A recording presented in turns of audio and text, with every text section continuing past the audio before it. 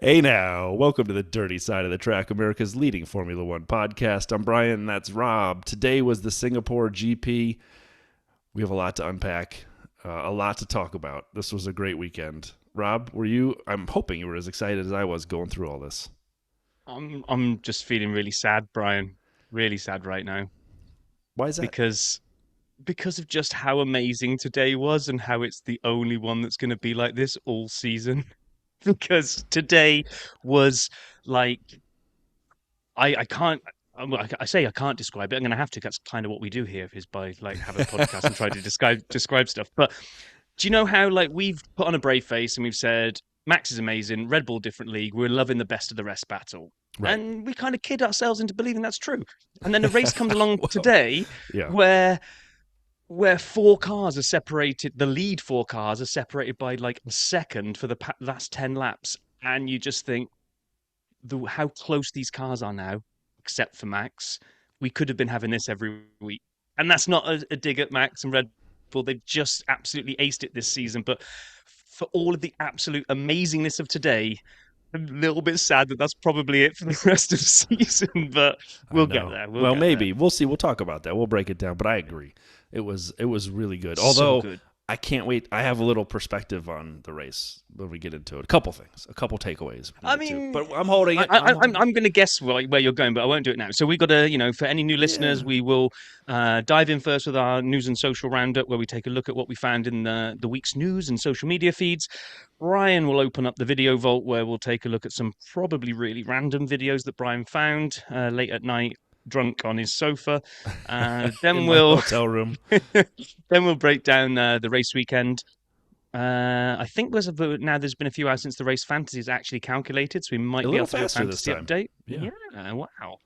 Look at that. And then a look ahead to Suzuka because we go back to back in the Japanese Grand Prix next week. So, boomski. Let's dive in at the beginning. Special liveries, Brian. Oh man. We Did, had two of them announced this week. yep.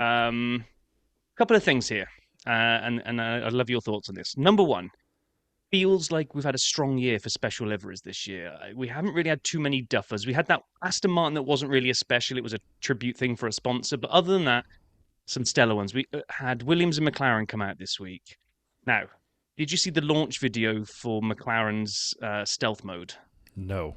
I tell you what, launch videos of special liveries now in 2023 are better than brand new car reveals from 5 years ago. It's insane. It's insane. Which one was your favorite? Oh, the Williams. I Oh, mean, for yes. me, the Williams Golf livery this week was top notch, top tier, can't be beat. It was. I liked. I mean, I'm becoming. I should go on the Williams store and just buy everything they have because between Albon and my cheering on Logan the Sergeant and all of the different things going on there, their British GP with the flag on the back was That was fantastic. But I still feel, even though some of my friends and I, Adam, I see you, debated which is better, the golf one now is one of the best liveries I've seen in years. I thought it was better than McLaren's golf attempt, which was too light blue, almost looked white during the race. I thought this was fantastic. I couldn't have rated it any higher. no. When I voted for it in the fan vote, when they had the four of them going Yep. head to head through that thing, thought this was the best one, but you don't know what it's going to look like until it's out on track. And sometimes we had, Andy, who was at Monza, didn't get his full frontal of the Alpha and Which didn't also think was a banger, even was though a Andy banger. said it was all right. His full frontal, And as you say. yeah, that Williams was just brilliant. Just and I'm all for it. I love special liveries. I'm still holding out a sliver of hope that one day Ferrari go all yellow, but they probably won't. Nope. Theirs was actually pretty good. Their Monza one, there was the tribute to Yep, the Le Mans 24. That was another good one as well. So it was. it was.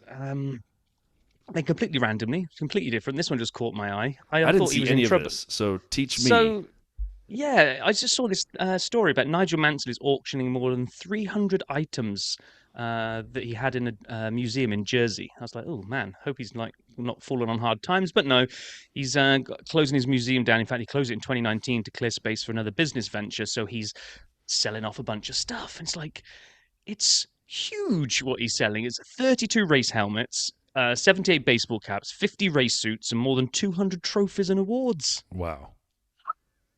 And he also said he's got unusual items include opened and unopened magnums of champagne at his race wins, as well as a commemorative Japanese crystal dagger. I mean, that's got to be. Why would you sell that? I mean, I that sounds don't know. amazing. You don't have room for that in your house. You can't find a drawer like you don't have a drawer filled with like ketchup packets like the rest of the world where you can put your crystal Japanese dagger in there. Oh, I know. So, if I was a man of more wealthy means, I was looking through the list. There's a lot of nice things in there. I'd love to have a couple of Mansell race helmets. That'd be amazing. But A couple I of just, Mansell race helmets. I'd take yeah, the I just walk dagger. around them in. Yeah, I take all of them. I'd have that and the crystal dagger. I just like pretend I was an extra in Star Wars or something. But then we had one that kind of hits a bit. It kind of hits a bit hard because you're like, oh, really? Please don't tease us. Did Yeah. you see the interview that Brundle did? I didn't. I I mean, saw about it, but I didn't get a chance to see it this oh, week. so Brundle sat down with Vettel, and he said whether could he follow in the footsteps of Mansell, Alonso, Raikkonen by returning after a so-called retirement. He said, "Can't say no because you don't know." Ooh. I think it's something that if you asked all of them, probably some of them would have said no, and some of them said I don't know. But in the end, they all came back, so I can't exclude it. I mean, what's going on? Are we getting Inspector Seb coming back to the grid? Did he quote this radio bit at all? There's something loose between my legs. I didn't see that. No. Man, that would be great if he came back. That would just be tremendous. I think we'd all love to see him back on the grid. Although, I got to be that guy. In what seat? Back to Aston Martin. I think they've got one they might want to free up. The boss's son. He ain't going anywhere. He ain't going I anywhere. know, I know. Speaking of seats, actually, good segue there. It was exciting this week to see Joe announced for next year at Alfa Romeo. We talk about in what seat would somebody go. I don't know who they'd put in that seat, in the Alfa Romeo seat, who's earned it. And I recognize earned it means a lot of different things to a lot of different people in the series leading up to F1.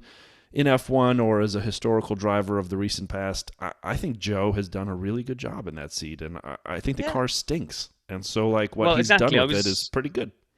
He was fair way off Bottas last year in points, but he was no slouch. He scored a good amount of points, and I kind of look at it and think, well, Bottas is the seasoned driver, so he should score more. When the car is good, Bottas should get points out of that car, and Joe should weigh in every now and again. Exactly what he did this year. The car stinks.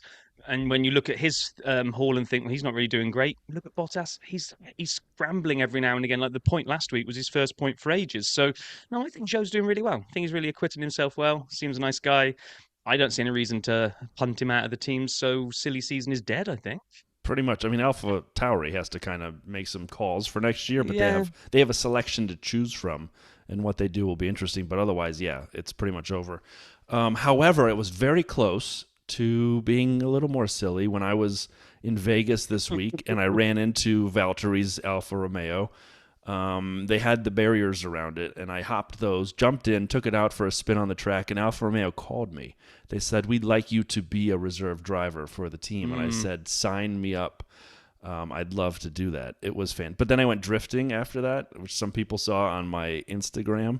And I'm like, yeah, this is too much. I'm done. I'm out. I don't want to be a reserve driver. I don't want to do this drift. I got to go back to work. So I bailed. And then, but I will say this, Vegas is all about the F1. They are everywhere, all the time, resurfacing everything during the day, at night. You can't go anywhere.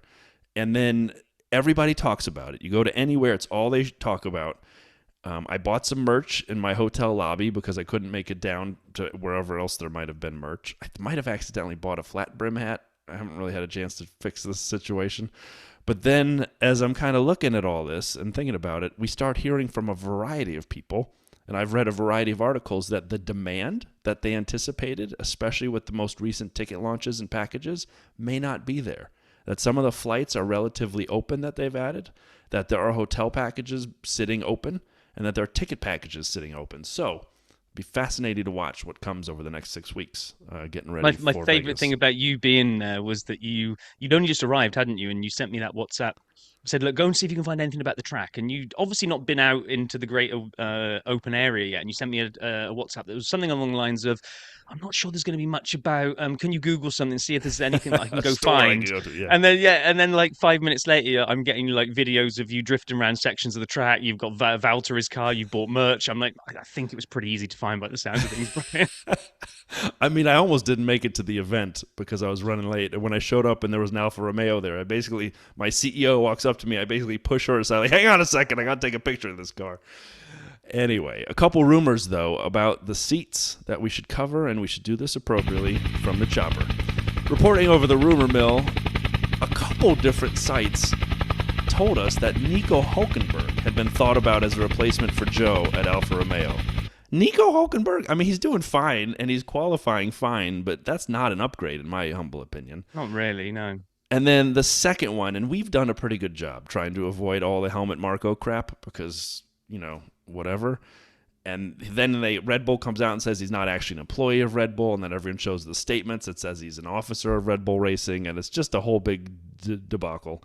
Apparently, according to Crone.at, I would like Massa to win this title, and Mr. Hamilton, for whom records are not so important, would then have one less. But please, if this is real, can someone stop recording what he says? And if it's fake, can we stop putting out fake news? I'm so tired of Helmut Marko and Felipe Massa and all of those related topics. So let's move. The stupid thing, the ridiculousness of this statement is, if Massa wins his legal proceeding and takes that title and takes one off Lewis, pretty sure Lewis is going to get one back straight away because a precedent has now been set, and I'm sure he'll go and get his hands on the 2021 title instead. So be careful what you wish for, Helmut. That's a good point. Oh, man. Right, last week we covered about Andretti rebranding to Andretti Global and potentially getting the green light from the FIA, but they had to kind of see if they can get permission from Liberty and the rest of the teams. But the European Commission has got a whole bunch of rules around kind of not being able to change your mind when you've sort of set things into agreement. So because they put that Concord agreement out there that was signed up by everybody and said it costs 200 million to come in, trying to change the rules on that now to prevent them from coming in or any of these kind of things, the Commission basically is apparently all over this to say, look, you can't have like a anti-monopoly or whatever it is. It's they come in and they pay the fee and you can't exclude them on safety grounds. Well, come on in. The water's lovely. It's interesting to see how this one develops. It most certainly will. And then one last thing. We have to cover this. And one of our favorite sponsor stories from earlier in the year was AlphaTauri, who was going to be rebranded with Hugo Boss Bulls Racing, or as people on the internets would say, Toro Bosso. And we were excited about this, but now there's a rumor it ain't going to be Hugo Boss. It's going to be, and we're going to both pronounce this name at the same time on the count of three. So go on one. 3, 2, 1, Adidas. Adidas. Nope. That's how I've always said it. Well, Adidas. Whatever. We don't know what it means. Say Puma. But it's not Puma. Oh, it's not P-O-O-M-A. It's Puma. It's got a U in there. It's Puma. It's like Pumba. Pumba of the Lion King had double O. Say aluminium. Oh, no, that's a correct word. Well done. That must have hurt saying that the correct way. I just wanted to see what you would do. Right, enough of this nonsense. Let's crank open the video vault. Yeah, it's a special edition this week, so I'm really excited about opening the vault. Yeah, I don't get that. You have to explain this because I've looked at the three and I'm not quite sure what's so special about it. But well, first of all, we'll get to it. I'm going to hold the special one to the last. So 3 videos, relatively brief. All access F1. Yuki drives a Honda NSX at the Red Bull Formula Nürburgring. AlphaTauri channel 10 minutes. Skip it. Pass. This is literally the behind the scenes. Like when they say all access, they mean all access. This isn't him actually doing anything except getting ready for the event. And like a sucker, I'm watching this thing for 7 of the 10 minutes. I'm like, is he actually going to drive the car? Is he going to drive the car now? Is he going to drive the car now? How about now? Nope. Don't watch it. Okay. Unless you're a huge Yuki fan, then watch it. It's worth it for that. The first one's a banger in this special edition. Then? These get better as we go.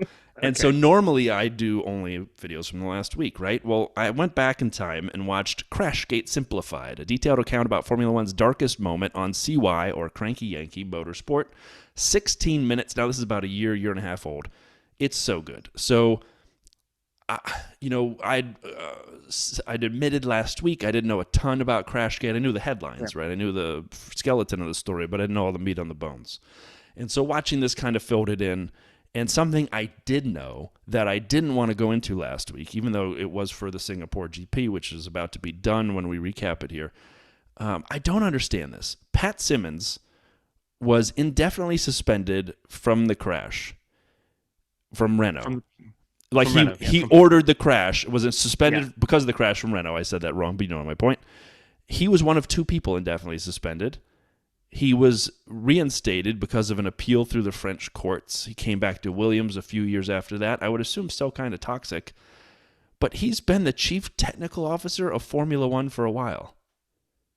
How do you make the transition from pariah, who ordered one of the craziest debacles in your sport, to a handful decade later, working for the governing body or the people who put on the sport? I don't understand that. That would be like Tim Donaghy, the NBA referee who cheated and changed the games around, coming back to work for the NBA proper. That would never happen in a million years. I don't understand this part. Maybe it's like when the FBI hire hackers, I don't know, to come and help them work on security, better the devil you know and all that. Anti-crashing regulations. Yeah, this will definitely help make sure there's never another Crashgate, because he'll know what to look out for. You see, they got him on the inside now. Pat, what do you think was the rig in? And so the reason this is a special edition, the reason the last video is last, it's quite long, is because listener Laura, DRS, or 100 Seconds of DRS gold medalist Laura from a couple weeks ago, submitted this to me, and I have not had time to watch it because it's 45 minutes. Okay, so it's 45 minutes, so you got to want this. But trust me, it's good. Formula One documentary, Pit Stop in 2 Seconds. It is so good. So first of all, Coulthard does he's the MC of this thing through his Whisper Films. It is amazing. It basically shows literally the history of the pit stop, how they started in the 50s and progressed to where they are now. And at some points, which I did not know, I'll share the one thing I didn't know, they'd gone away, right? They just ran the whole race on the tires they started on. They didn't refuel because they'd done the refueling. They gave up on it. And Gordon Murray, who is a huge figure in the sport of F1 and also designed one of my favorite road-going cars ever, the McLaren F1, which is the coolest car around, he had the idea that said, look, we are losing so much time starting off with a full tank of fuel. Why don't we start off with less fuel, make it halfway, and then refill halfway? And he did the math on how much time you lost per thing. And we might as well change tires while we're at it too. So he basically brought the pit stop back. And it's like the coolest thing to see. And I've been very anti-refueling because of the safety issues. The Jos Verstappen, and he was in this, by the way, as well. Yeah. When he's on a ball of flames in the pit lane, and, he talks about that and what that was like, and it was a powerful interview. But I watched this, I'm thinking, more strategy. Bring it back, man. I had been anti until I saw this. If they could really ensure safety wasn't a concern anymore, it's a massive strategy thing to bring back. I'm not sure. No matter how safe they try to make these things, at some point, hose has to come off a car that is pumping gas at high pressure, petrol. So there's always a chance of something going wrong, I guess. Well, I'd say check it out. If anyone has time, please go watch it. We'll have it in the show notes. Laura, thank you. It was epically good. I definitely enjoyed it. It made my flight back from Vegas that much more the better. And with that, we will close the video vault, which is great because now we can get into the weekend itself. Rob, you want to get going on practice? You were all over practice. You were texting me furiously. I'm like, ooh. Wait, yeah, not that you saw them until you actually woke up, I don't think, because you slept through practices, right? No, I worked. It was early for you. I worked and slept, same thing. This was like 5:30 a.m., I think, one of them for you. Anyway, free practice 1, 2, 3. I can kind of hit this all in a couple of sentences, really. Red Bull definitely won Team Radio of the weekend in free practice 1. Turns out the only thing they won all weekend. For the Godzilla remark, Max saw a lizard, came around again, saw another one. The radio came on. There's another lizard. It's smaller than last time, though.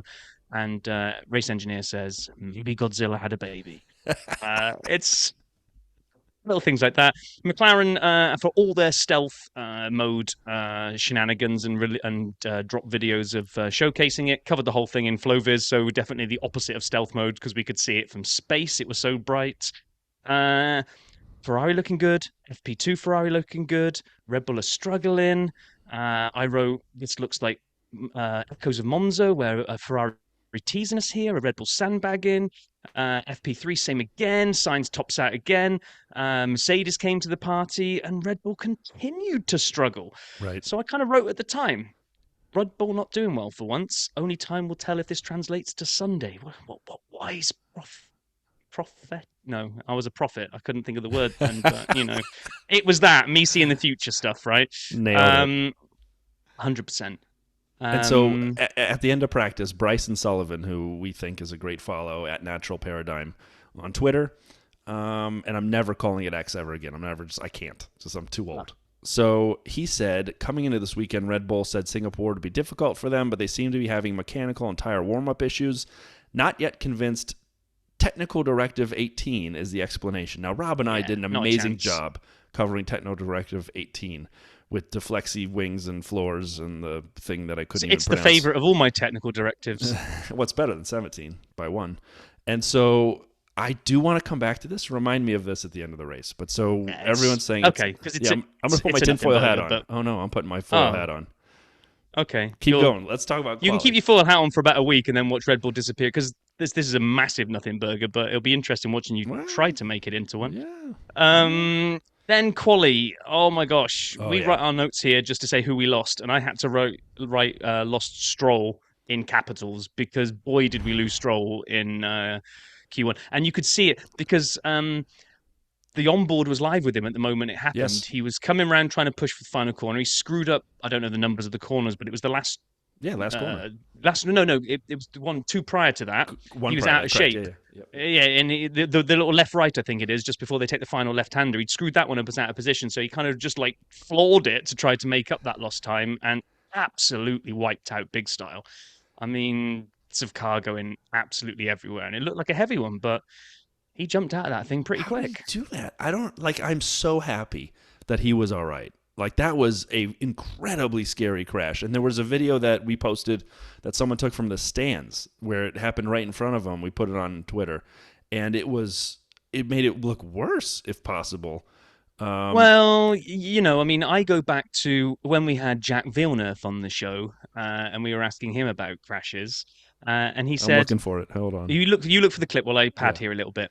When you see the ones where bits go everywhere, they tend to be the ones where you get hurt the least because all the energy is dissipated through all of the systems that are designed to basically collapse and fall off and splinter and go everywhere. Especially when you get a little bit more of a sideways hit as well, where you pirouette round, then it all looks absolutely awful. But it's the ones where you just thud straight into tires or into a barrier and nothing kind of goes anywhere. Those were the ones that he said kind of really hurt. This is Jacques Villeneuve, and you're listening to the dirty side of the track. You know, Rob, it's interesting you say that. You got there in the end. You know what's interesting you say that, because the time we had... This is Valtteri Bottas, and you're listening to the dirty side of the track. I asked Valtteri that very question about those types of crashes, and I referenced his Mexico crash, where he went along the wall right into the barriers and had that quick stop, and he said that wasn't actually his worst, but that was one of them because of, as you said, that kind of thud where you just come to a complete stop and nothing dissipates anything. But can we agree it was great? Watching Lance get out of the car on his own power was amazing. Like the greatest thing. I'm like that quick afterwards, and he didn't need help. And obviously they took him to the track because of the G-force and the speed at which he crashed. But man, it's so great that he's doing all right. Yeah, and then lots of people got screwed over because of that. There were people. I mean, it was a right traffic jam on the track. Everyone was going out for their second run, and Stroll was one of the first few, I think, across the line. So everybody behind him lost their second run. Oscar was right next, and Valtteri was on a heater. And I know. So we lost Bottas, Piastri, Sargent, and Zhou, as well as Stroll, and we lost Stroll for the entire weekend. Then, as it transpired. But then Q2. What? Oh my gosh! What happened in Q2? Oh my gosh! Red Bull just carried on struggling. They could not get those tires, whether lit up or it was balanced or whatever it was. They'd been putting different floors in. They'd been taking bits back out again. I mean, and I don't want to take away from your tinfoil hat coming later on because I'm looking forward to it. Technical Directive 18. But it was basically the same as last year. Last year they struggled in Singapore. Yeah, it's Max true. has never done well here, Nope. ever. Coming into it, the week ahead, running up to it, they said, we've got a car that seems it's designed for 23 out of 24 tracks. We've got one track where we're not expecting to be great, and they just weren't. And Yeah, it they was, were not. and I don't want to take pleasure in this. What I'll say, it was refreshing to see them struggling, not just having it their own way, because it just meant we had stories everywhere else. And boy, do we have a story. Max is in danger. He's in P10. He puts his final lap in, and he's there. And there's only 3 cars, I think, left to come across the line. Gasly, Albon, no, 4. Gasly, Albon, Sonoda, and Liam Lawson. of course. And one of them, Albon, bailed. I think he must have entered the pits because his lap was rubbish. And I think it was Gasly. I probably got this wrong. A car came over the line and was like a tiny bit behind Max, and Max is still safe. And then the next car came around, same thing again. There's only one guy left to come over. Lowly Liam Lawson, who's only just trucked up to this Formula One circus, who, by the way, is driving in the sister team, so won't possibly do anything to upset the royalty. The younger sister team, if you will, the less talented sister team. And when Lawson crossed that line, it was like everything went into slow motion for a minute, where I looked across the left of the timing board, waiting to see what was going to happen, and I honestly couldn't believe my eyes when I saw Law Baveur. I mean, for me, I think Max is a generational talent. We'll talk about some of his records again, but just to have a little bit of shakeup, this was my reaction when Lawson popped above Max. Yes! And I'm like, all right, this is going to be a spicy weekend. We'll see what we got in front of us. By the way, how come, I know we'll finish Q3 in a sec, how come Max didn't get any penalties? One of those on-track impedings wasn't impeding. The one in the pit lane, 6 to 1 half dozen the other, and the other one on track was a nothing burger. AlphaTauri didn't even send anybody when he impeded Yuki, who didn't get it through. To the next round because of Max, and they didn't send anybody to go argue this because they're the sister team. They weren't summoned. No, they weren't summoned. So again, not wanting to get the tinfoil hats out. So apparently, because of some earlier bizarre decision by the stewards, one of the earlier impeding ones, I think it was because Stroll was off at the hospital. They did something and made a view on that, but they couldn't bring Stroll along. They were like, you know what, we can rule these. We don't need to bring the teams along. We'll maybe put a little memo out and they can come along if they like. But apparently, according to an article I was reading earlier, they didn't summon them. They made the decision, and it was kind of left out there that, they'll know they can pop over if they need to. Was the article written by Vax Verstappen? No. So it's, again, I think people are sometimes too quick to jump to the conspiracy theories here. Yes, I just think, Yes, we are. All right, talk about Q3. Talk about Q3. Q3, it was a bit of a blur, really, to be honest, because I'm still reeling from the fact that Red Bull really hadn't been fooling us all the way through practices, and they had struggled so badly. And it was amazing that Sainz got pole. I think my adrenaline had already peaked at this point. So it was amazing. So Sainz from Russell, from Leclerc, from Norris, any one of those 4, I think, could have got pole. Yeah, they were all super close. Super close. Hamilton didn't quite seem to light it up. When we talk about the race, he obviously had the pace, but just didn't seem to. But we're kind of doing a disservice here to the fact that as we've been going through all the people that were out, we had both Hasses. K-Mag was in the 3rd row. Kevin Magnussen remembered how to qualify. I think he got tired of all this nonsense about Nico out qualifying him every weekend. And he's like, oh, yeah, I still know how to drive. And he put it on. He was 6th. A Haas. 6th in quality. 3rd row. What? So, back-to-back pole positions for the smooth operator. It's, baby. We use smooth operator! Won't be the only time we use it this week. Well, we'll use it again surely later because he sang it in the car at the end. Yeah, he did. One last thing before we go to the race. You mentioned this pole, back-to-back poles for smooth operator Monza as well. It was also pointed out, right? So Lawson made it into Q3, which is another... I mean, he's going to get points, like an amazing weekend. But AlphaTauri upgraded just about everything. They upgraded, literally just about everything. Like, I don't think they missed a single part. The floor body, floor edge, diffuser, side pod inlet, engine cover, rear suspension, rear corner, other rear view mirrors. That's a portion of what they brought. And it's a bummer that Yuki had the weekend he had because... He wasn't there. He didn't get. He got impeded and then didn't get his lap in. in quali, and he ran less than one lap, and we'll talk about that too. That was a weirdo situation. That's a very weird one, that one. Yeah. But anyway, let's get to the race. So we get to the race. So David, we see you. I see you because you sent this and I snapped it for us. Good luck condensing all that into one podcast, were his words, because, yeah, we'll get into this. I will say this as we get to the race. I thought it was a tale of two halves. Excuse me. We don't have cough buttons. And so two halves, meaning I thought the beginning of the race was a bit boring because it was strategic. And it was, in my opinion, only strategic. There were like two overtakes. Max did both, moved up to 8th or whatever. And then everybody kind of sat for a very long time in their positions while Carlos tried to dictate the race, which was brilliant and a great job by Ferrari. But there was like no movement just about anywhere. There never is in Singapore. I know that. Taking here, so and that's why they backed people up. And I agree with you. Yeah. I agree with you. I think this one goes into my whole thing of I love the tires to be forced to just go off more because well, these were the softest in the range, unfortunately. I know, that's what I mean, but we both of us have complained about the fact that we don't like these ones that can be done as one stoppers because it just takes a little bit away, and then you see what we saw at the beginning. And probably if this had been last season, I would have been with you that I didn't really enjoy the first half of the race and it wasn't really that great. But actually, I think I was still so hyped up on the fact that we had a real race going on here and we weren't going to see Max. And again, this is nothing against Max, because had Max driven through the field and taken the win, that would have been brilliant to see as well, because it would have been absolutely stuff of legends to do that at Singapore, to take it from 11th to a win. So I had this, it was more like, while Sainz is just putting his slippers on and just kind of slowing everybody down and backing people up, you've also got this anticipation of, is Max going to do this? Are we going to get a new winner this season? Oh my God, we're going to get a new winner this season. So I'm with you. The first off was, I'm not a big fan of tyres and management, but that's all it was. If you'd flipped it, like if and I know this doesn't make a lot of sense, but listen for a second. If the second half of the race happened first, in terms of the passing, the close overtaking, and then we got the tire management lull, it would have been a bad race. Obviously, you wanted to finish on a high note. The second half of this race was great.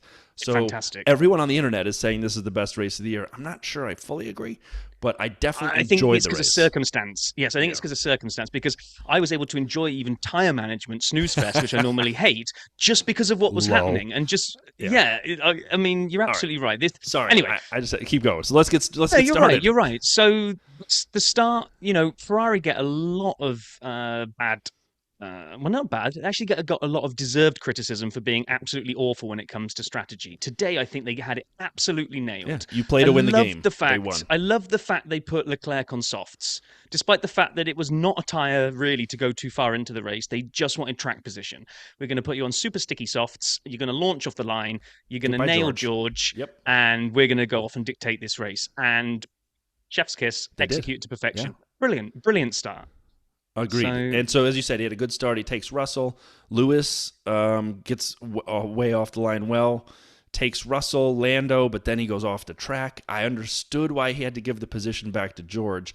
I don't know why he had to give it to Lando. I thought he'd had him already by the time he went off, but apparently not. Martin disagrees, thought they should give it back. I don't know. And then there were two other things on the lead lap I want to highlight just before I turn it back to you. One, very little conversation about Liam Lawson and Checo hitting each other. There were carbon fiber bits going everywhere. And so I was wondering the whole rest of the race, did Checo have damage from that? Because we've seen a damaged car only goes so far, and he really struggled this race with that car. And I just don't know if there was floor damage. Yeah, exactly. Floor damage or not. And then what the heck happened with Yuki in this puncture? Yuki, and I have a stat on Yuki later for the last two races. Why would you, the car has to be retired? Right. Why can't you limp around back to the pits and continue? That was the weirdest, most surreal retirement I think I've ever seen. Because it's like, he's coming down to that corner, and he's like, I got a puncture. There's an exit road there. And then it looked like the onboard made it look like he was just driving off into Singapore. He was going to go for takeaway or something, because he just kept driving down that road. Well, and I'm kind of what I figured. He was driving along. He's like, oh, burgers. And he's like, I'll pull over. I'll go get a burger instead. Puncture. Yeah, puncture. I not even like it was a delaminated one where it's flapping around everywhere and is going to cause issues. I mean, you couldn't even see it was a puncher. So that smelt of something not great, to be honest. But Well, I mean, and he it hasn't didn't really. not to steal from my stats for later, he hasn't finished a lap in 2 races because he Wow. didn't even start Okay. in Monza. And then Alpha did a really weird. Alfa Romeo, that is. Yeah. I mean, there is something to be said for mixing up strategy when you're at the back. And I kind of get it. You mandatory tire swap. You got to run 2 compounds, so they decided to put the hard on within 3 laps. those 3 laps. No, there you go. Best of luck now. That's your tire for the rest of the race. Like on a track which is probably going to have safety cars. I mean, they were trying to downplay it, going, "Oh yes, but 25% of the safety cars you ever had here are because of those that section that isn't there anymore." Like, okay, that still leaves 75% of them that weren't. But Oh man, Oh. yeah, it was. I was confused by the lap 3 pit stop. Maybe Paul has an update for us when we get to his review. By the way, I committed another breakfast food crime. This time, I microwaved a Pop-Tart. So you're supposed to toast them. And exactly, just for the record, microwaving good. nachos for brunchos is better, even though it makes the chips sog out. It's better than microwaving a Pop-Tart because what ends up happening is the edges turn into rock and everything in the middle is 100,000 degrees. gosh. Oh man. Right. Well, let's get back to racing. Yeah, please. Carlo... So Ferrari, sorry, at this point, they're backing him up, right? They're backing him Ferrari up. is telling Carlos, take it easy. And they're telling Charles, back off of his bumper. And we want 3 seconds. Back yourself up to George. And then a couple laps later, they say they want 5 seconds. Yep. Gap. 5 seconds is a massive gap to ask the second guy to create. It's a different thing if the first guy drives off. It's another thing to tell number 2, hey, what we're going to need you to do is like stop using the gas pedal so much to a tune of 5 seconds. Genius though, because It was. you don't make Carlos put any extra through his tires and risk them going off. And they were talking about the kind of the geography of the Singapore track, about how the air kind of like sits contained inside the walls. You don't really get fresh air kind of blowing into that place too much. So they were just saying how hot it is. If you're following quite closely behind a car, brakes are going to overheat, tires are going to be. So they were basically just trying to ruin everyone else's race by backing Leclerc, which I think is genius stroke. Why not? Well, You've got the chance in a lifetime, or chance in a season at least, sorry, that this is going to be a race win and it's not going to be Max stood on the top step. So do what needs to be done, to be honest. Agreed 100%. As I said, you play to win the game, right? Yeah. You can't always go for a double podium. Sometimes you have to sacrifice your queen so that your king wins the chess match. And they did. And it worked. And the second part, for everyone's benefit who may be newer, because it's one of those things you just don't think about, by having Carlos not go super fast, Rob's right? They saved tires. However, they also kept the field bunched up. So the people behind them couldn't pull the undercut that they might have done. We didn't know the safety car was coming. Because if you pit, you come out of the pits at the end, and you're 15th at best. And to work your way through all these cars at Singapore is impossible. So it's literally a hard track to pass. Track position is super important. The undercut is less powerful. And by backing people up, they actually negated it almost completely, which was amazing. Great job by Ferrari. I know, we don't say that very often. So have you got the round of applause sound effect, or can you not find it quickly? I have it right here. Hold on. Scramble. I have it here. There you go. You asked for it. You get it. But then, as I mentioned, Logan, we found our first safety car. He just went too fast into a corner, locked it up, went in head first, backed it out, had the wing stuck on the side of his car, and was making it back around. There was carbon fiber on the track. Yep. Not a ton, but there was some. And they went with a safety car, which was fascinating to me. I don't know why they went full safety car and why they took so long to call it. I don't know why they took so long, unless they were waiting for some eyes on the ground to report back from... maybe. I don't know, because it... No, you're right. Because Logan was limping back, so they maybe on half of them they're thinking, oh, okay. Because if he'd stuck it in the wall and stayed there, instant safety car, no questions asked. But now he's limping back. It's like, well, with unless most that of the wing car dislodges, right. Unless that falls off, maybe we can get away with this. And maybe then someone kind of radioed in from the crash site and went, nah, we got to get out there and sweep this crap up. So... If you have to get someone out as well, a VSC doesn't work because it keeps everyone spread out. A safety car, they bunch up. So you have a minute after they go by to get someone out on the track. Good point, Rob. You might be right on that one. But so it was interesting, right? When this happens, people start boxing. All the leaders come in. Charles, he did get away with a little sneaky because they were double stacking. So he came in super slow to the pits to try to buy himself some time. I don't know if you saw that. He definitely did it. Cost himself a little because he backed so many people up behind him that he couldn't get out of his pit box. Cost him a couple spots from Yeah, George I and mean, Lando.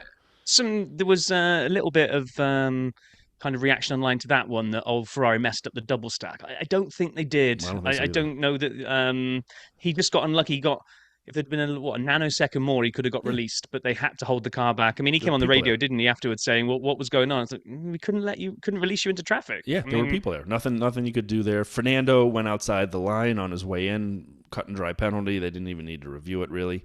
And Max stayed out. So Red Bull had gone on the hard tires, right? They'd gone long on the tire strategy, and this was too early. And I applaud Red Bull.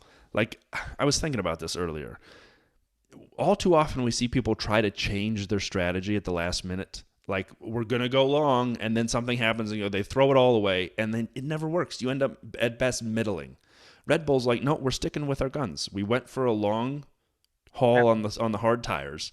This safety car doesn't fit in our strategy. We're going to play our race and see what happens. They rolled the dice. It didn't work for them, but they stuck with it. Now, Max was in second. He got some track position, but him and Checo were now in cars with some really bad tires as they started to fall off, and they were falling like rocks. Yeah, really bad, and obviously a big hit of a pit stop there got to take against the rest of the field. So I think, like you said, they stuck to their guns and thought, well, there might be another safety car later that will benefit us. So they just went for it, but... Yeah, and then kind of this was the bit for me after that safety car, before the next one, where we kind of lulled for about 10, 12 laps, where really kind of not a lot was going on, right? What did you write here? Fernando leading the world's longest DRS train. Oh, yeah. Yeah. I mean, that was like that was like the whole, that was like a formation. Yeah, it was. There were 8 people, and he was 8th. And there were, I think, 8 or 9 people in the DRS train on lap 30. It was Fernando in front of Esteban, K-Mag, Pierre, Oscar, Liam, Nico, Alex, and Joe was popping in and out of DRS on Alex. So what's that, 8 or 9 cars right behind Fernando? Yeah. Choo-choo! Yeah. Oh. And then, what do we have? We had Alonso trying to do one of a few overtakes that we'd seen at this point in the race. And then Ocon just came to a halt, and it tantalizingly almost made it back to the pit lane, and then came to a rest, like what I thought was going to be instant safety car, because I thought he was almost in the pit lane entry and just kind of like pit lane exit, was it exit? Yeah. Whichever, yeah. But I thought, well, that's not a great place to be, right. But that seems to take forever to call, and then it went VSC. Again, confusing to me. As you say, he's in the line of fire leaving the pits, and even the way the pit lane straight bends around, he's not far out of the way, and they go just VSC.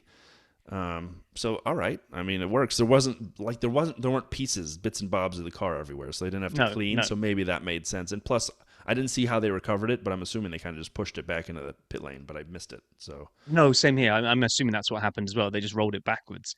But this was the exciting part. Sorry, this was the exciting part. I was going to say, this is where they lit the touch paper for the whole race now. It did. VSC, because the leaders went past. They all went through. Apart from one team that decided to spice things up. They've been bragging all weekend. All weekend, Mercedes like, we have an extra set of new mediums and you don't. And everyone's like, who cares? And so everyone's trying to figure out, will these matter? And the whole race is unfolding, and by lap 43, I'm like, well, who cares? They're not going to use these extra set of mediums.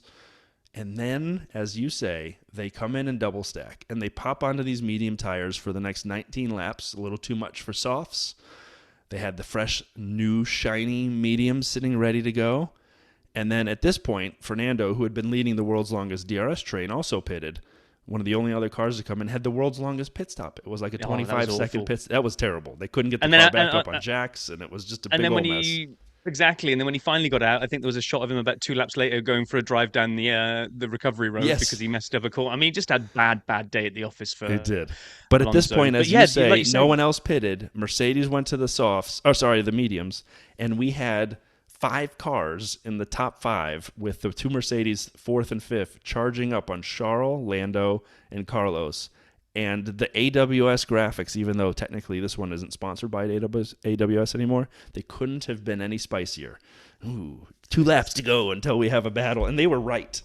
Oh, they were right. They were eating up the ground. I mean, I was debating with my friend Az on WhatsApp and Nimrod. They've both been on DRS as to whether this was a strategy that ended up failing for Mercedes because they actually, I think, lost a place by doing it. But I'd make this call every single time. Every time.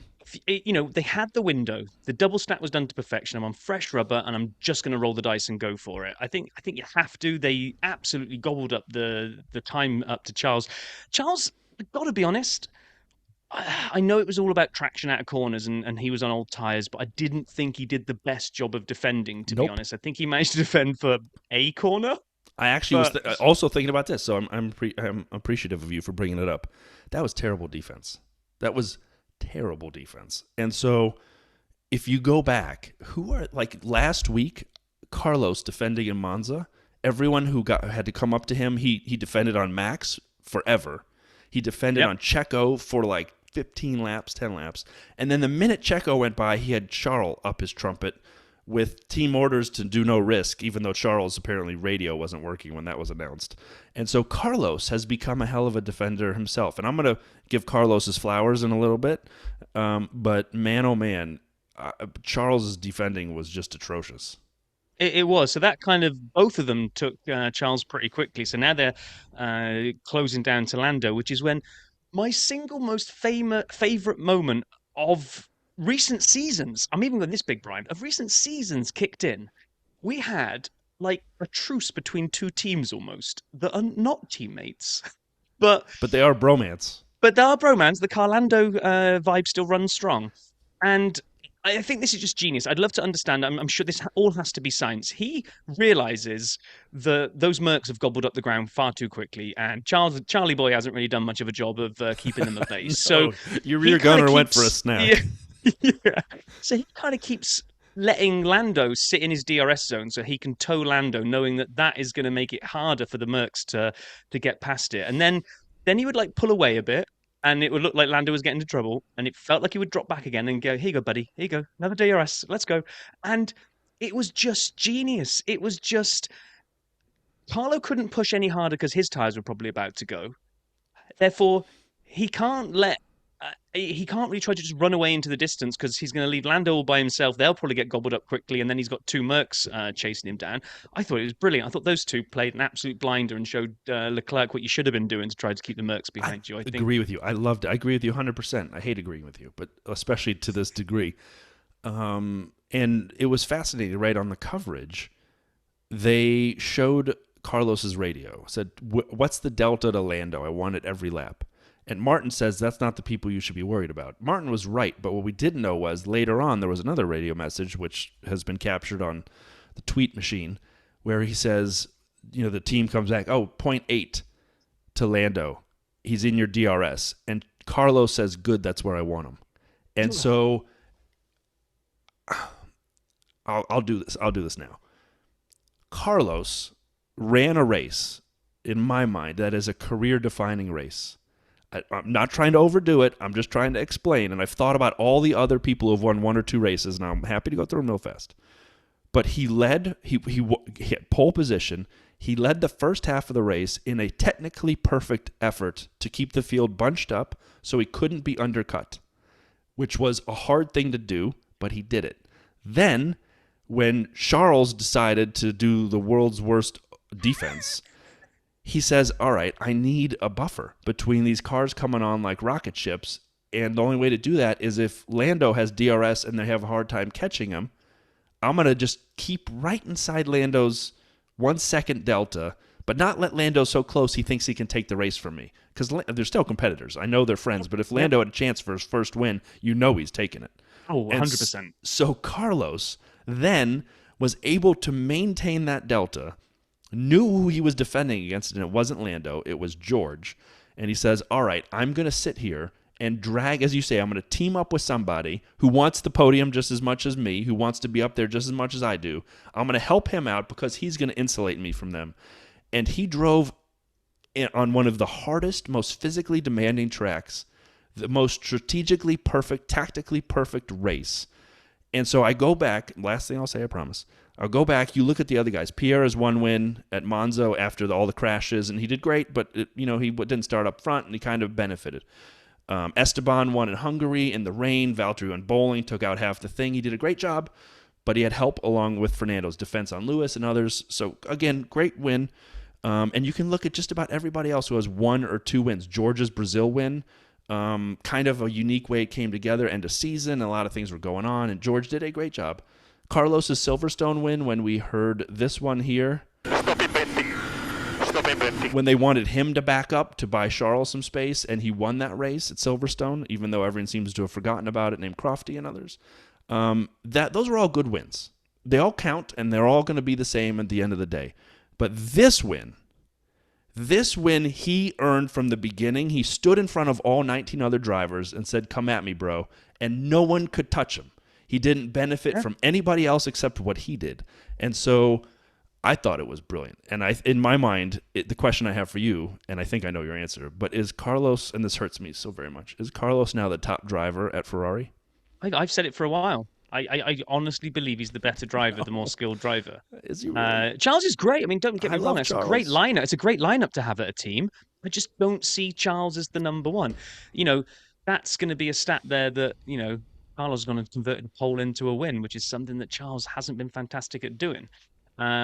So, yeah, I mean, brilliant race, brilliant result. Yeah, we need to do our King of Pits versus the Pits. Actually, no, hang on. Before we do, Yeah. Yeah. Or do I just give him King of Pits? King of the Pits, just for it. Liam Lawson was brilliant today. Brilliant. Absolutely brilliant. He has, in his very first race at this circuit, which, like you said, is a very, very demanding circuit, walls everywhere, Monaco at speed type thing. He's come in ninth, and actually only finished like 5 or 6 seconds behind Perez in a Red Bull. I mean, he has done phenomenally well. Oscar Piastri was in witness protection today. We did not see him today. Started 17th, finished 7th. Amazing. He made it 10 places in Singapore. These two, for me, these two youngsters, I almost want to give like a joint King of Pits, but I can't because I've got to give it to Sainz. But I agree with you 100%. So actually, if you look down a little bit in my stats, I underlined Piastri and Lawson for that reason. I agree with you. Okay. They deserved a joint King of the Pits. They were fantastic, but it's got to be Carlos. I mean, it is. It's It's an easy one. It's Carlos wins, but also Liam Lawson, super impressive. Oscar Piastri, super impressive. 2 young guys who really have it. And we'll get into some of the stats in a second, but the fact that he finished 9th, getting 2 points for AlphaTauri, that's the best finish that car, not even that chassis, but that team has seen this year. And it's his third race at one of, as you said and I said, the most difficult circuits. But yeah, so I guess we're pretty much sorry, aligned. one is before we get to pits as well, I'm even going to give a little small shout out to Logan Sargent, because he's actually finished about 12 seconds behind Albon, who's been doing brilliant this year in that car. So that's when he had to even go and replace the nose after it looked like he'd bought the farm and crashed out there. And he's beaten Fernando Alonso. So, I think all of those, the rookies that were out there this year in this race, if you were betting on who's going to bring out the safety car, well, we couldn't bet on Stroll because he didn't take, in fact, we forgot to mention that right at the begining. We said, yeah, you said about his crash, but he didn't take part because he was still too sore. But you'd have been betting on the one of like Lawson or Sargent to completely wipe out and bring out a safety car, but they haven't. They've both brought it home. So my pits. Who's your pits? Yeah, my pits is a 3-way debate. Number 1, Yuki, and again, I'm going to hold back a little bit just because I got some stats, but I don't understand. I mean, we will learn more in the coming days what actually happened. I'm hoping it's more than just a puncture, and he's like, "Oh, F it, I'm out of here for a burger and a swim." I hope that's not what happened. I mean, just it's very bizarre. But so it's Yuki tied with, for me, Charles, because I know I love Charles so much, but it didn't work. And I know he was kind of being used as a pawn in this whole match to kind of hold people back as well. But Carlos was asked to go slow as well, and he still turned it into something. And Charles' defense was horrendous. And he goes, "Oh, my tires are done." He pitted at the exact same time as Carlos, who held on to win. And I know he was behind him, and all right. So I would say Charles, I would say Yuki, and then just kind of looking across the board, I can't give it to Fernando. I just want to say why I'm not giving it to him for the race he had. That car looked terrible. And I'm giving him the benefit of the doubt for what he's done this year as the car has been good and then as people have outdeveloped them.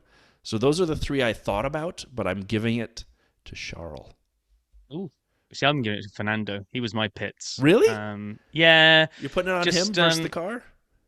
Yeah, because I still think a man of his ability, and that car, okay, isn't great, but it hasn't suddenly become the worst car on the grid by a huge margin. So the fact he got beaten by Lawson, the fact he got beaten by Sargent, he's been beaten by some drivers that he should be beating. I got this, Fernando down the years has had these like little moments where you think he might throws a little bit of a strop and just gives up. Yeah. I think he did today, and I think he's better than that. So for me, he got the pits. But talking of pits and people with pits in their name, like Pitlane Paul. Oh, what a segue. Did we get anything in from the man, the myth, the legend? We do. We have it in two parts. But first, I can't forget the intro music.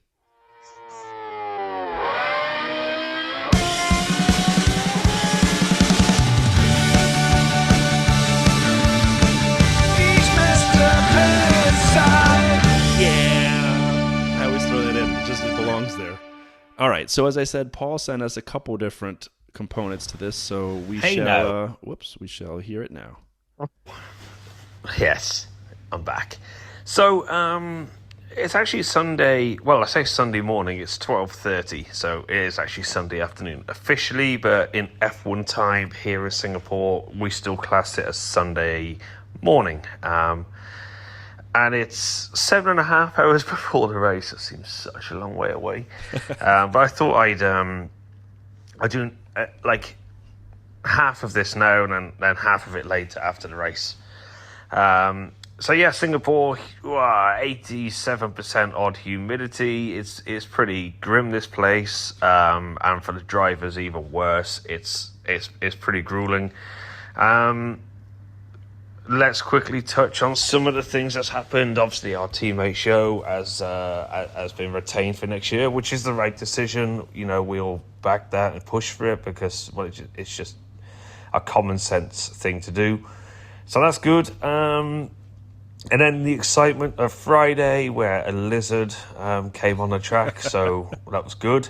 And then yesterday qualifying, where actually it was a massive shake-up and a lot of people are slightly out of place, not least Max, who showed a little bit of frustration at the end of qualifying, which is understandable. He's a world champion. He wants to try and win, but after winning 10 races on the row, he's had one where the cars let him down slightly, so it's a bit surprising to see that reaction. I'm sure it's just natural for a driver to think like that, I would say. And then, really, qualifying is going to make for a great race later on today, which is why I thought I'd do this in two parts, because I think there'll be a lot to discuss later.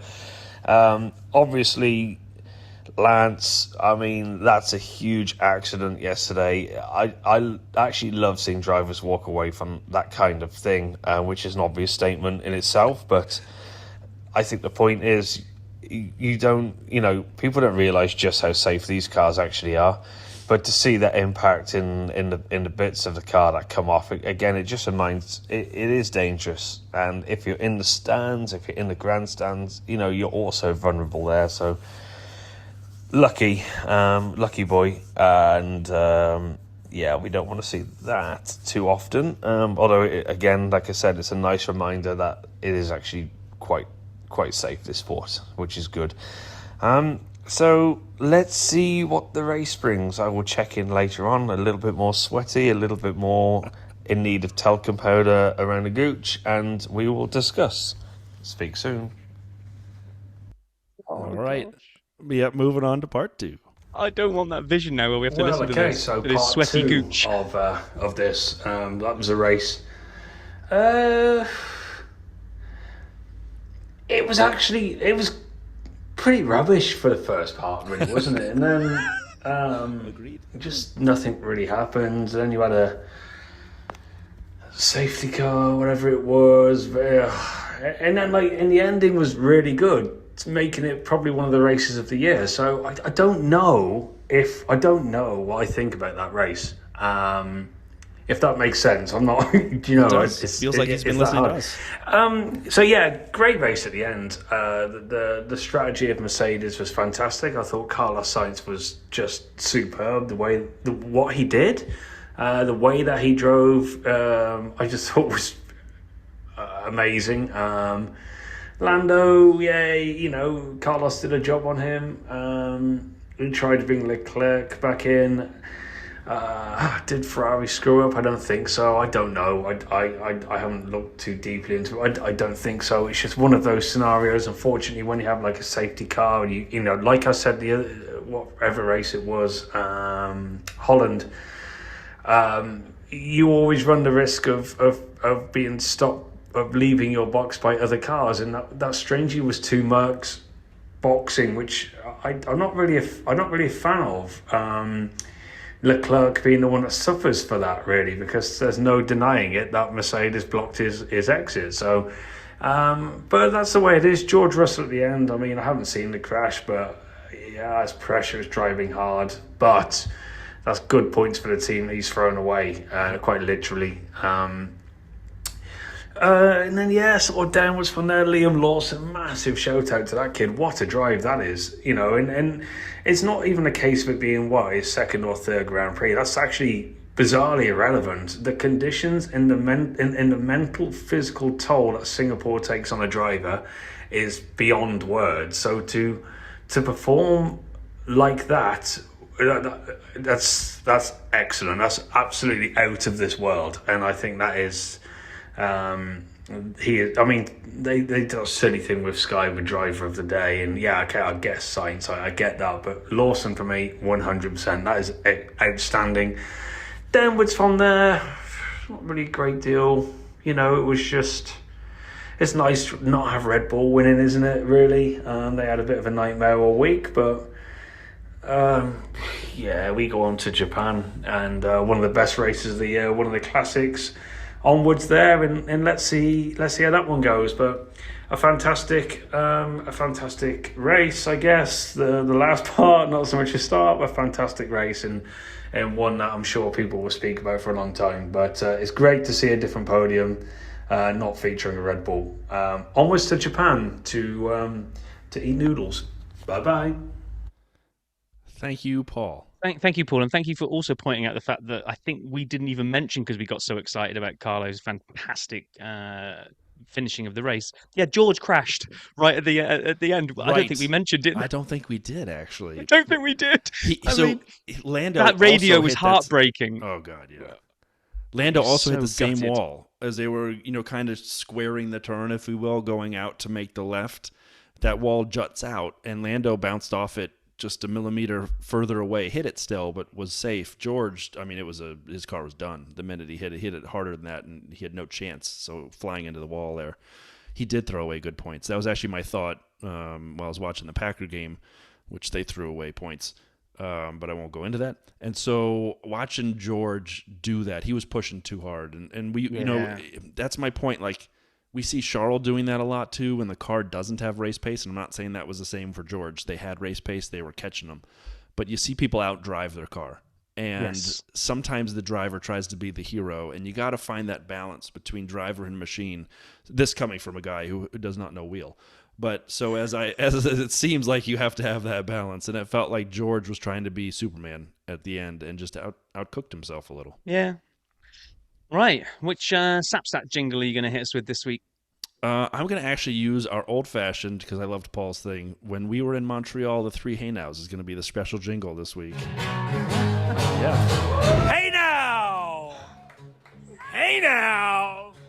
Hey now! This is the Singapore GP Sapstats edition. Now, I'm borrowing a little bit more than normal from Sean Kelly, so I'm giving him a shout-out. He's agreed to come on the pod when we find time, so we will get him on at some point. Because as I said, I left this to go watch the Packer game. And oh, God, that was a heartbreaker. But today was Carlos Sainz's second career win after his victory for Ferrari in the 2022 British Grand Prix, which I've already referenced and played some audio from. It ended Red Bull's streak of 15 consecutive wins. It was Ferrari's fourth ever win at Marina Bay in Singapore. Lando took second. It was McLaren's first podium in Singapore since 2012. It was Norris's third podium of 23 this year, putting him only one short of the best ever in 2021 when he had 4 podiums. Hamilton, this was the only real exciting movement in the championship, moves into the top 3 of the Drivers' Championship for the first time since the opening race of the season.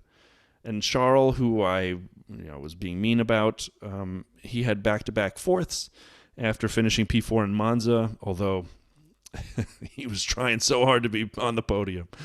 And so Red Bull, this was the one I wanted to highlight. It's, we joke about them losing and us trying not to, celebrate their loss, but rather the other teams having a chance to win. However, they failed to win for only the second time in the last 26 races. That's insane, isn't it? That is insane. That's total domination. Pierre Gasly at Alpine, second, scored his best ever finish, and Marina Bay with a P6. It was the best finish for them in Singapore since 2017. And then Oscar Piastri, who was tremendous, finished his first Singapore GP in P7 for his sixth point scoring finish of the season. That was a hell of a drive, hell of a recovery drive for Oscar. Yep. And as you said, I think he started 17th, right? So he got eliminated Q1. Yeah. And then with P9 for AlphaTauri, Liam Lawson secured his maiden points finish in F1. It was also the first time that car has scored points in 23. Neither Nick De Vries nor Daniel Ricciardo did it. And now I'm going off the top of my head, but I'm pretty sure all 3 previous points had been scored by Yuki in 10th, 10th, and 10th. So I'm pretty sure this is the best AlphaTauri finish of the year with Liam's 9th.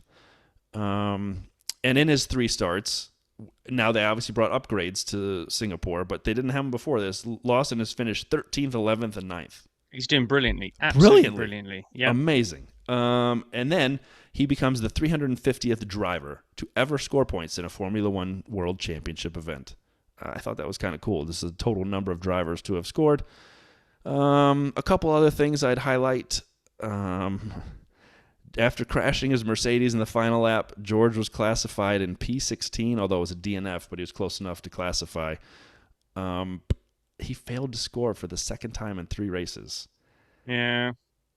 It was Esteban Ocon's birthday, and the car gave out on him. And then AlphaTauri's, I've been promising this one, Yuki Tsunoda suffered an early DNF on the first lap, as we talked about. So he has not completed a racing lap in the last 2 races because he DNS'd at Monza and then went out with a puncture on lap 1 there. And the last stat that I have is one you sent me, and then I found it as well. With Verstappen's P5 finish in Singapore, the great Michael Schumacher remains the only driver with a 100% podium record in a season. That season was 2002, where he had a grand total of 1 third-place finish. Everything else was second or first. So Max, not being on the podium, cannot, obviously, have a 100% podium finish record for the season. So that, for me, closes SAP stats. Rob, anything you'd like to add, change, or augment? No, let's crack on through fantasy and then look ahead to Japan. Great. So I'll do fantasy quickly and turn it to you for Japan. Fantasy this week, we had the following top 10. Max Lauren, Super Karate Monkey Death Car, which, by the way, has got to be a great name. Ayal Plan, Lord William II, Tails I Win at F1 Fantasy Hub, RRM Team F1, French Vries, Tampa 1, yeah, baby, FPL Instinctive, Russell My Feather, and Relampico Marquinhos. And I know y'all just name these team names. Something I can't say. You guys just make it so the Midwesterner is going to struggle with these things. I appreciate it. I'm looking down this leaderboard. I can't wait for you to get down to some of those. That's amazing. I'm glad fantasy's all yours. I don't even have to try to say these things. Oh, I can't do it. I was 15th this week. I went with an alternate strategy. It did not crush me, but it did not help me. So I was only a few behind the top 10, but it drops me to 21st in the league, and the top 3 as of now in the league: FPL Instinctive, Michael Cronje 16, and Much Mistaken with Lord William II just on the outside. So that is fantasy, and I have a big update. I have a massive update. Here comes. The knockout pool is done already. We have finished it. No. Your stupid rule. No, you know how many people took George to beat someone this week? Yeah, but we lost a lot of people last week as well. You see, Well, hold on. If you picked Go on. George to win, why would you win? He didn't finish even. Oh no. Yeah. George, I agree. George, I agree. That was like half. No, That was like 5 people this week. Yeah, I see. I think I like this game. I just think you might need to revise these rules. I think if you win, it doesn't matter what the other car does, and then we might have actually had some longevity here and not be done after 3 races. You and I will debate this in the off season. So at F1 Fantasy HQ on Twitter is our champion. Definitely go follow them at F1 Fantasy HQ on Twitter is our champ. I will send a tweet tomorrow commemorating this. They win a T-shirt. So congratulations. Do they not have to win? Do they not have to survive all 10 to win? No. Oh, that's a bit lame. Right, okay. Right, Suzuka next week. One of my favourite tracks of the season. It's up there with Spa and Silverstone. I love Japanese Grand Prix. So it's been knocking around for a while. It's been a bit split, actually. I didn't realise how varied it had been. So 1976, 1977 was actually at the Fuji Speedway. Then 1987 through to 2006, it was Suzuka. 2007 and 2008 was back in Fuji. I've completely forgotten about that because in my head, ever since I've been following F1, it's always been at Suzuka. But apparently not. Right. We had 2 years at Fuji, and then 2009 back to current day, we're back at Suzuka, where we will do 53 laps of the 3.6 mile circuit. It's a figure of 8 layout, which instantly makes it cool, just for the fact it's got a bridge and it's a figure of 8. I mean, that's how you set up like Scale Electric's cars when you're a kid. You always do a figure of 8. It's just cool. Although if you're doing it right, Scale Electrics, they're supposed to jump the. It's not a not a bridge. Not the F1 ones. It should be like some stock. No, it's oh my gosh. Yeah. Little SAP-STAT type thing here. It's only one of 2 FIA Grade 1 licensed circuits with a figure of 8 layout. The other one is Fiorano, which is owned by Ferrari and only used for testing and development, but it does have that license. So I did not know there you go.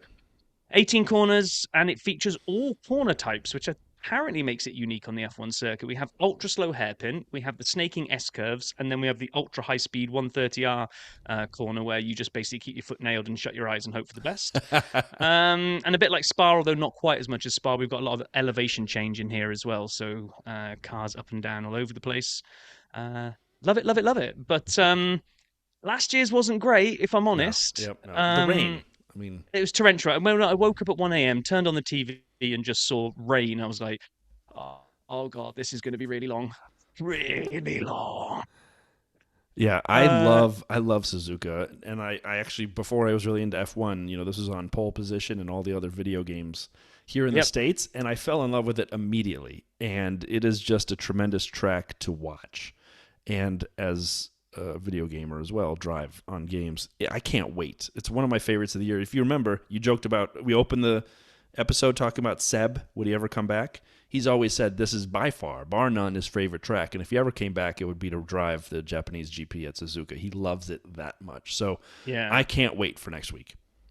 Neither can I. Last year, Sainz will be hoping he has a better year than last year. Last year, he aquaplaned on lap 2, which is when they sent that recovery tractor out to go get him while the cars were still out on track, which did not go down well.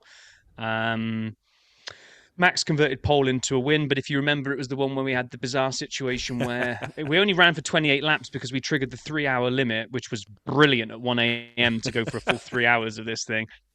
And everyone's like, well, we're going to get 50 points point allocation because we only did 28 laps, so Max isn't champion because we didn't do enough laps. And then I think it was in the cool-down room, they were like, no, actually, well done, you're the champion. Go into the other special room, you're allowed to sit in the big red chair. Do you remember that red chair? Yes. That was so dumb. It's like, you go in there, he goes, are you sure? And everyone was like, but how? We only did 28 laps. And like, yeah, because the rule states if a race is suspended and cannot be resumed, then we give 50% points. This one was suspended and then resumed, so the other way around. So they did finish under green flag conditions, therefore it's 100% points. And literally everybody in the paddock is going, that's the dumbest thing ever. When we came up with this idea, we meant if you can't finish the whole race, and it was to try to get around Spa the previous year where they'd done those 2 laps behind the safety car and got 50% points. So like, this is crazy. You've got to have some sort of sliding scale. P2, whichever he forgets about. So straight after this, they then immediately change the rules again. They go, no. It doesn't matter what order the suspension and the resumption. Like, if you don't do X amount of laps, you don't get full points. So they kind of sorted all of that out. But yeah, Max went in his special chair and was champion. it felt like a bit of a damp squib for him because for ages he didn't think he'd done it, and they were like, "Oh no, yeah, you're champ." Oh, thanks. Repeat driver winners. The legendary Schumacher we mentioned again has got 6, Hamilton 5, Vettel 4, Berger, Senna, Damon Hill, Hakkinen, and Alonso have all got 2. Repeat constructor winners. It's one of the tracks where we don't say Ferrari up at the top. It's McLaren with 9, Ferrari with 7, Merc with 6, Red Bull with 5, Benetton and Williams with 3, and Renault with 2. Just before we sign off for the week and say we'll wish everybody a good week and see you in Suzuka, we got to revisit your tinfoil hat. I'm fully expecting that in Suzuka, Red Bull will be back to domination. It was a track just like last year that they can't get any performance out of, and it's got nothing to do with flexi wings because that's just for insane people. But go on, get your hats on. Well, so in order to get my hat on properly, I'm gonna pull a straddle here. Not just a hedging option with my options, but I'm going to say this. I think there's a real chance we don't see Red Bull dominate at Suzuka the way they have before. I think I just can't, my brain cannot compute them going from winning by 25 seconds, regardless of track type, to having such a bad car. And I know I listened to all the things. They tried to overcorrect after Friday, and then they did too much, and then they were in Parc Ferme, and they couldn't do this, and it didn't agree with the track, and they couldn't fire up the tire. There's 8,000 reasons. Yeah. But a little bit of me is confused how they still weren't battling, how they didn't just take a step back to join everyone at the, like Max. Let's talk about Max. Take one step backwards and join everyone at the front of the pack. He took 2 or 3 steps backwards, which to me is just bizarre. And so, like, the team that had the most upgrades was AlphaTauri. I didn't hear a lot about Ferrari upgrades. I didn't hear a lot about McLaren upgrades or Mercedes upgrades. Yet that Red Bull went back so far. So same as they did last year. My straddle is this. I'm curious what next week brings. I will watch with incredibly, anxious eyes to see what actually happens. I think part of me says that this is Technical Directive 18, and we'll see them at best fighting for the win with the other team. Max fighting for the win instead of motoring off to the sunset. So Hold on, one second. Hang on. No. I can't let this drivel go on any further. 1 second. Yeah. You honestly believe that Red Bull, through that tiny amount of flexing, and it was tiny because it wasn't even like illegal. It was within the rules of how much you could flex. You think they were the only car on the entire grid that had a flexi wing? No one else did, therefore no one else suffered from performance this week. And that strange little tiny insignificant thing has taken Max back to 11th. It was more, no. I think the track was bad for them, right? But I think it was more than just bad for them. I think the other team that was highlighted as being a potential candidate for having a problem with this, you remember who it was? It was Aston Martin. Red Bull weren't. They were. The videos, they may not have been in the articles we read, but the videos they showed, their wings moving. The louvers actually kind of moving forward and backwards depending on how fast I think Ferrari moved more. Ferrari were moving loads. Okay, so I hope I'm wrong. I really do. I think... But Aston Martin was the other team that was cited in the articles and all that, and they sucked. So my point is... They sucked the week before as well. Well, they've sucked since before the break. But so they sucked worse, though. My point is, I think there's a chance that we see Max being... battling with people for the win. I don't think he drives off to the sunset. However... I think he does. Okay, well, let me finish. I think here's my podium. I'm still putting Max winning at the top step. That's my straddle. Either they're going to be... I think they're coming back, but I'm still giving it to Max to win. However, I have to give the second step to Carlos because... What have you done for me lately? He's done everything, and then I have Lando on my third step. I think the McLaren will be good here. So I don't think this is going to play into Ferrari's strengths. I don't think they're going to have the race pace here. As much as I want to see them back up there, I think it's going to be Max. I think it's going to be Checo. I think it's going to be a Red Bull 1-2, and I think Lando's going to get on the podium and equal his 4 of the season. So we both think Lando's up there with Max. The question is, the McLaren is fast. Do you think Max wins by more than 5-10 seconds? Yeah. Okay, I don't. Yeah, I think normal services resume completely next week. Oh, I don't. Okay. And that's the tinfoil hat. And we shall find out if there's any merit in it or if I should put it in the microwave with my Pop-Tarts.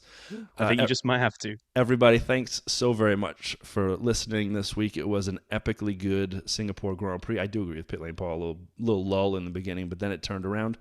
And we can't wait to see what happens next week at the Japanese Grand Prix. Join us in a week's time.